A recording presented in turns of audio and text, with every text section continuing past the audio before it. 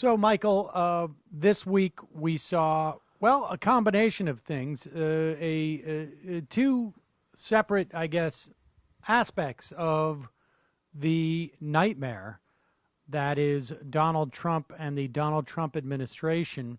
One being, well, I guess maybe more than two. I'm trying to neatly divide the nightmare into discrete components, and maybe that can't be done. But we have the policy side and the personnel side, and I think they're not actually exclusive of each other, of course. But this week, let's start with some of the supposed policy stuff. This week, and basically starting in the end of the last, we saw Donald Trump's, I guess you could call it an industrial policy, starting with Carrier air conditioning and then into Boeing. Let's talk a little bit about Carrier. We now know, as opposed to, when the deal first got announced, that the state of Indiana offered Carrier $7 million worth of tax credits. That Carrier did not keep its majority of jobs that it was planning to move to Mexico, but rather a fraction of those, less than 800, not 1,100, as we first heard.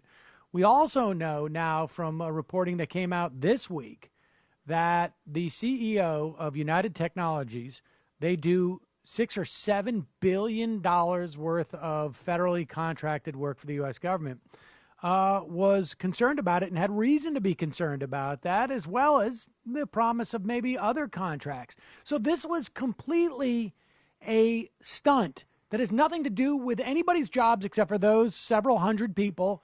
And I want them to have a job, obviously, but there's no policy here. There's no indication that it's going to go forward. This is just basically crony capitalism.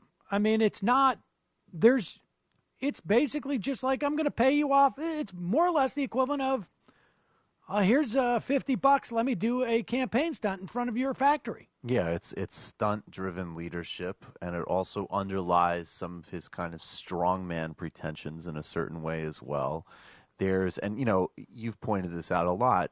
Bernie Sanders, as an example, has actually advocated we can write into federal law demands along the lines of protecting jobs from outsourcing and all the rest. There are policy options here. This isn't just a choice between sort of, that's the nature of the global economy, nothing we can do about it. Here's a little bit of retraining, which unfortunately maybe has been some of the sort of more centrist Democrat response to it, or this kind of, stunt, essentially big tax giveaway. And as I would say too, I think it's also dangerous because in some ways it feeds the sort of strongman thing that he's trying to kind of build for himself as well. But there are clear policy answers here, and no one's talking about that. Whether they're sort of condemning or praising this, people are ignoring that there's a clear option set here to use federal power to protect jobs, and that goes way beyond any stunt like this. Well, we know that President Obama, through executive action, said that anybody on the receiving end of a federal contract has to pay a 1010 minimum wage for their workers. Also tied that into paid sick leave, also into anti-discrimination measures. So there's a precedent set. One could do it through executive action, I guess, at least in terms of wages. There'd be some question as to whether or not you could do it for outsourcing, depending on, and subsidiaries in terms of executive action. You certainly could do it in terms of if it was legislative. And so if the Republicans are so excited about this, I don't know that they are or not, but to the extent that they are, this is something that could be actual policy rather than Donald Trump picking and choosing. Because here's the danger, is that today Donald Trump says to a Carrier, you keep your jobs here, make me look good, because that's what this is about. We know that there were factories literally down the road. We were sending people to Mexico. He had nothing to say about that, sending jobs to Mexico.